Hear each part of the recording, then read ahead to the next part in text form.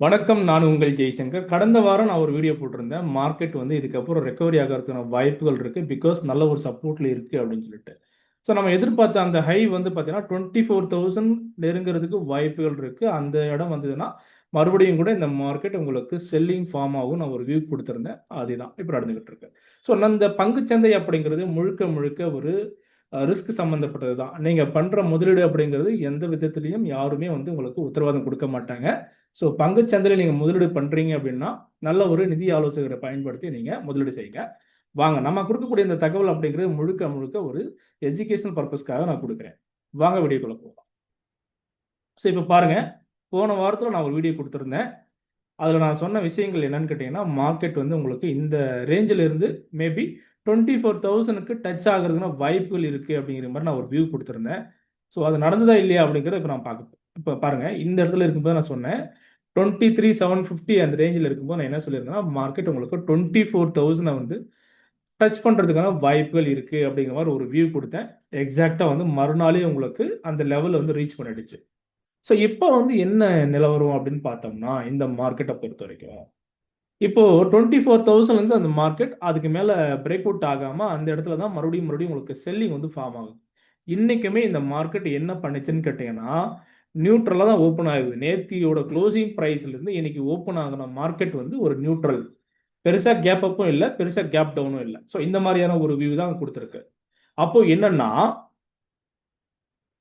So இந்த மார்க்கெட்டை பொறுத்த வரைக்கும் நம்ம எதிர்பார்க்கறது 23,900ல இன்னைக்கு மார்க்கெட் வந்து ஓப்பன் ஆச்சு நியூட்ரலாக. நேற்றோட க்ளோசிங் ப்ரைஸ்க்கு ஈக்குவலாக தான் மார்க்கெட் ஓப்பன் ஆகுது. ஸோ அதுக்கு பேர் நம்ம என்ன சொல்கிறோம்னா நியூட்ரல் அப்படிங்கிற மாதிரி நம்ம சொல்கிறோம். அப்புறம் என்னாச்சுன்னா அங்கிருந்து ஒரு 100 பாயிண்ட் கிட்ட மேலே ஏற ஆரம்பிச்சது. ஆனால் 24,000 வந்து இந்த மார்க்கெட் கிராஸ் ஓவர் பண்ணலை. ஜஸ்ட் வந்து டச் பண்ணிட்டு இந்த மார்க்கெட் என்ன பண்ணிடுச்சு, கீழே இறங்க ஆரம்பிச்சிடுச்சு. ஸோ நான் அதுதான் சொல்லியிருந்தேன். நான் இன்னைக்கு ஜென்ரலாக கொடுத்த ஒரு வியூவே வந்து அதான் பார்த்தேன். ஸோ இந்த மார்க்கெட்டில் வந்து நான் என்ன கொடுத்தேன்னா நான் ஒரு வியூ கொடுத்துருந்தேன். மார்க்கெட் வந்து உங்களுக்கு 23,950 அந்த 24,000 இந்த ரேஞ்ச் வரைக்கும் ஒரு ரெசிஸ்டன்ஸ் லெவல் நீங்கள் எதிர்பார்க்கலாம். ஒருவேளை இந்த மார்க்கெட் 23,950க்கு மேலேயே இருந்ததுன்னா பை வர சான்சஸ் இருக்கு. அப்படி இல்லைன்னு சொன்னா கீழே வந்து உங்களுக்கு மார்க்கெட் சப்போர்ட் லெவல் அப்படிங்கிறது 23,960 அண்ட் 23,900 இதெல்லாம் வந்து சப்போர்ட் லெவல், ஸ்ட்ராங்கான செல்லிங் ஜோன். அப்போ சப்போர்ட் லெவல் அப்படின்னு பார்த்தோம்னா 23,840யும் 23,700 வரைக்கும் நாம எதிர்பார்த்தோம். பட் இப்போ எவ்வளோ தூரம் வந்திருக்குன்னு கேட்டீங்கன்னா, நிஃப்டியை பொறுத்த வரைக்கும் 23,730 வரைக்கும் இந்த மார்க்கெட் கீழே இறங்கியிருக்கு. ஸோ நான் எதிர்பார்த்தது 250 பாயிண்ட் வந்து இன்னைக்கு இறங்கும்னு எதிர்பார்த்தேன். எக்ஸாக்டாக வந்து நம்ம எடுத்துக்கிட்டோம்னா மேலே ஹை வந்து 24,000, கீழே இப்போ சப்போர்ட் லெவல் அப்படிங்கிறது 23,740 அப்படிங்கிற ரேஞ்ச் வரைக்கும் இந்த மார்க்கெட் கீழே இறங்கியிருக்கு. அப்போ வரக்கூடிய நாட்களில் எப்படி இருக்கும் அப்படிங்கிறது தான் இப்போ ஒரு பெரிய சேலஞ்சிங்காக இருக்கு. இங்க நீங்க என்னென்ன விஷயங்களை வந்து மைண்ட்ல வச்சுக்கணும்னு கேட்டீங்கன்னா, இந்த வாரத்தோட ஓப்பனிங் லெவல் என்ன அதை நீங்க பார்த்து நோட் பண்ணி வச்சுக்கோங்க. ரொம்ப ரொம்ப சீக்ரெட்டான ஒரு டெக்னிக்கல் வியூ நான் சொல்றேன். ஸோ நான் என்ன பண்றேன்னு கேட்டீங்கன்னா, இண்டிகேட்டர்ஸ் எல்லாத்தையுமே நான் ரிமூவ் பண்ணிட்டேன். எதுவுமே இப்போ என்கிட்ட இல்லை. நான் இப்போ சொல்லக்கூடிய இந்த விஷயம் அப்படிங்கிறது ஜஸ்ட் ஒரு நம்பர்ஸ் மட்டும் நீங்க நோட் பண்ணிக்கோங்க. ஸோ இந்த வாரத்தோட ஓப்பனிங் லெவல் என்ன அதை நீங்க பார்க்கணும். நிஃப்டியோடது 23,940ல ஓப்பன் ஆயிருக்கு. அதே மாதிரி கடந்த வாரத்தோட க்ளோசிங் ப்ரைஸ் என்ன அதை நீங்க பார்த்துக்கணும், 23,740. ஸோ இதுக்கும் அதுக்கும் உள்ள டிஃபரன்ஸ் எவ்வளவு? 200 பாயிண்ட்ஸ் நமக்கு டிஃபரன்ஸ் இருக்கு இல்லையா? ஸோ இந்த 200 பாயிண்ட்ஸ் தான் வந்து உங்களுக்கு டிஃபரன்ஸ்ல இருந்தது.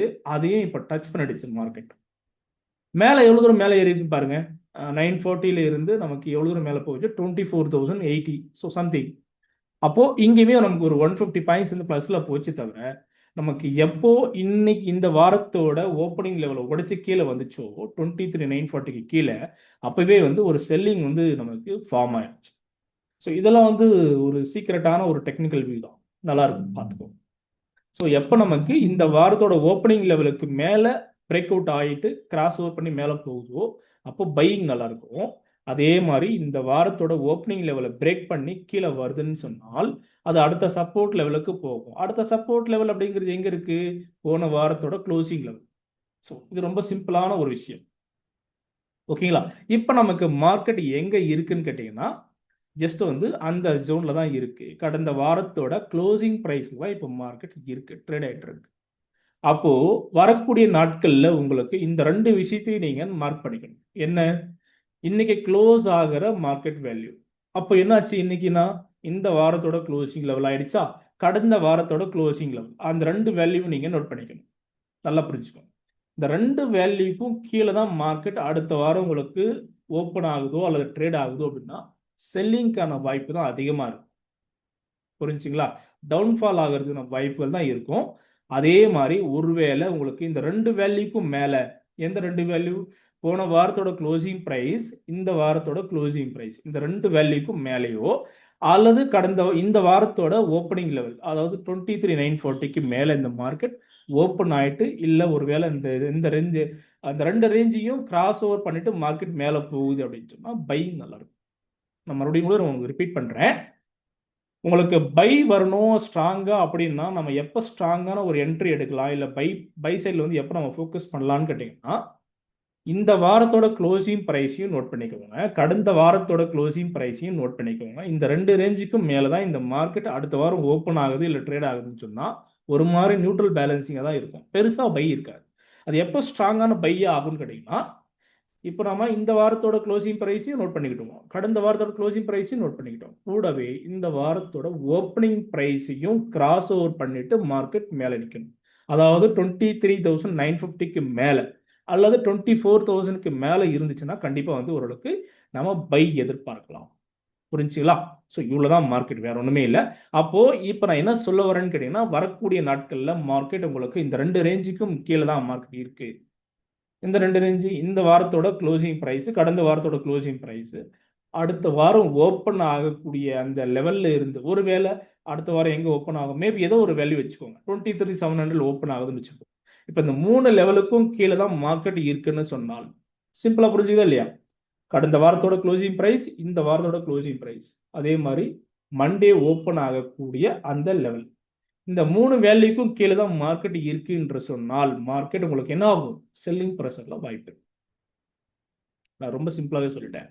ஓகேங்களா? அப்போ சப்போர்ட் லெவல் அப்படிங்கிறது எங்கெங்கெல்லாம் இருக்குன்னு கேட்டிங்கன்னா, நீங்கள் செல் சைடு சொல்லிட்டீங்க, ரைட். அப்போ சப்போர்ட் லெவல் எங்கெங்கெல்லாம் இருக்குன்னா இதை நீங்கள் நோட் பண்ணிக்கலாம். இப்படி உங்களுக்கு தெரியலனா 23,500 அல்லது 23,550 இந்த ரேஞ்ச் வரைக்கும் எதிர்பார்க்கலாம். 23,500 அப்படிங்கிறது ஒரு காமனான ஒரு சப்போர்ட் லெவல் இருக்கு. அதையும் உடைச்சதுன்னா அடுத்த சப்போர்ட் லெவல் அப்படிங்கிறது இந்த ரேஞ்ச் வரைக்கும் நம்ம எதிர்பார்க்கலாம், 2300. ஸோ இது வரைக்கும் நமக்கு சான்சஸ் தெரியுது.